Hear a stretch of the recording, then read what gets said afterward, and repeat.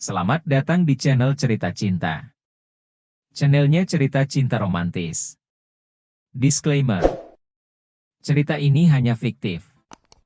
Jika ada kesamaan tokoh, tempat dan cerita, itu hanya kebetulan semata, tidak ada unsur kesengajaan. Sebelum lanjut jangan lupa like dan subscribe dulu. Dikhianati istri, diganti model cantik, bagian ke-19. Karina berbalik badan ke arah sang suami. Terus kalau bukan itu alasannya, lalu apa? Ridwan menghembuskan napas perlahan. Karena saya tidak mau menyentuh perempuan yang tidak mau disentuh oleh saya, itu alasannya. Wanita yang berpipi tirus itu mengernyitkan dahi saat mendengar perkataan suaminya. Kaki sang suami pun lalu berjalan mendekati Karina. Kita tidak saling mengenal, tetapi tiba-tiba menikah karena alasan yang mendesak, sambung Ridwan yang berdiri tepat di hadapan sang istri. Saya tahu, sampai detik ini kamu belum bisa melupakan mantan pacar kamu, karena melupakan orang yang sangat kita cintai itu tidak mudah, apalagi kalian berpacaran sudah hampir 5 tahun lebih. Saya pernah mengalaminya. Dan kamu pasti tidak akan nyaman, jika disentuh oleh laki-laki yang tidak kamu cintai. Karina seketika menghindari pandangan suaminya. Ia menghela napas panjang, lalu kembali memberanikan diri menatap wajah sang suami. Iya, yang kamu katakan itu benar. Tapi, apa kita bisa bekerja sama untuk melupakan masa lalu kita masing-masing, dengan cara memulai hidup baru sebagai pasangan suami istri yang normal? Mata Karina terlihat berembun. Kedua ujung bibir Ridwan melengkung ke atas. Kemudian, ia merentangkan tangan dan sang istri pun langsung memeluknya dengan erat sambil menangis, hingga air mata membasahi baju sang suami. Ridwan memegang pipi Karina dengan kedua tangannya, lalu mengusap air mata sang istri sambil mengembangkan senyuman bahagia. Setelah itu, ia mencium kening Karina dengan mata yang terpejam. Mam, boneka Dakocan punyaku ditaruh di mana? Bella tiba-tiba masuk ke kamar tidak mengetuk pintu terlebih dahulu. Pasangan suami istri itu pun kaget dan langsung meloncat saling menjauh.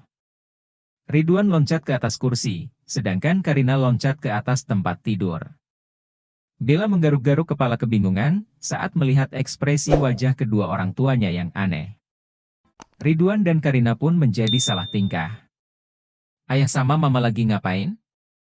Spontan keduanya menjawab, jangkrik-krik. Krik. Krik. Lalu saling pandang kemudian keduanya ketawa ngakak, Bella makin bingung sambil garuk-garuk pantat. Karina sedikit demi sedikit sudah bisa merubah kebiasaan buruknya yang suka bangun kesiangan, karena sekarang, setiap pagi menjelang, sang model memiliki aktivitas baru, yaitu mempersiapkan anaknya yang akan pergi ke sekolah. Dari mulai memandikan, memakaikan baju, dan lain-lain. Ia juga tidak lupa membuatkan bekal untuk Bella. Namun, hari ini wanita itu tidak bisa mengantarkan sendiri anaknya ke sekolah karena ada pemotretan dadakan. Jadi, terpaksa ia meminta tolong istri dari sang kakak untuk mengantar Bella. Dengan senang hati, kakak iparnya pun menyanggupi. Fanny sangat bahagia, karena hari ini akan menemani sang anak seharian di sekolah. Modelnya mana? Kok, lama banget sih? Katanya dia model terkenal, tapi kenapa tidak profesional seperti ini? Fotografer terus menggerutu kesal karena sudah hampir 2 jam Karina belum muncul juga. Heh, telur asin berbes. Sabar dong, Cin. Karina itu pasti lagi nganterin anaknya dulu ke sekolah. Mata Susanti mendelik. Pantas muka Yu termasuk gigi Yu itu berkeriput, marah-marah mulu sih, Nek. Sorry gue telat. Napas Karina ngos-ngosan karena kelelahan berlari kecil menuju ke ruangan photoshoot. Akhirnya Yu datang juga, Cin, tuh si DC dari tadi ngomel mulu kayak emak-emak yang kurang uang belanja.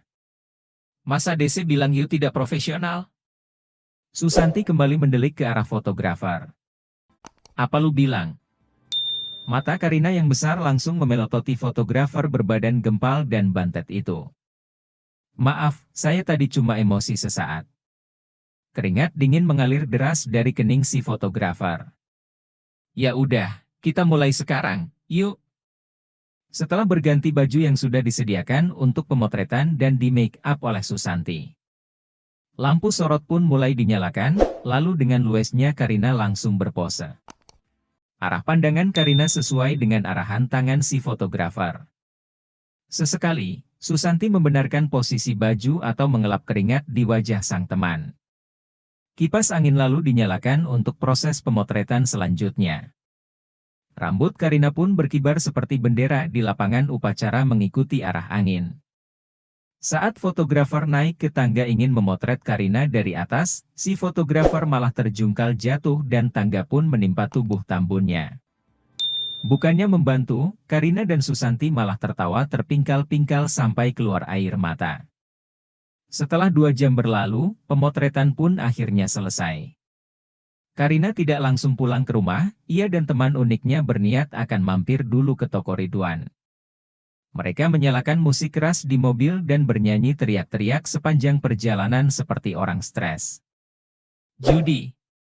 Jereng. Ridwan jongkok di depan tanaman hias yang daunnya sedang dirapikan. Tiba-tiba, pria yang sekarang kulitnya sudah tidak terlalu gelap itu melihat sepasang kaki jenjang seorang perempuan yang mulus, dengan dibalut sepatu hak tinggi berwarna merah di sampingnya. Perlahan, mata sayupnya melihat ke atas untuk mengetahui siapa pemilik kaki indah itu. Alis Ridwan langsung terangkat sebelah saat tahu pemilik kaki tersebut adalah Amel.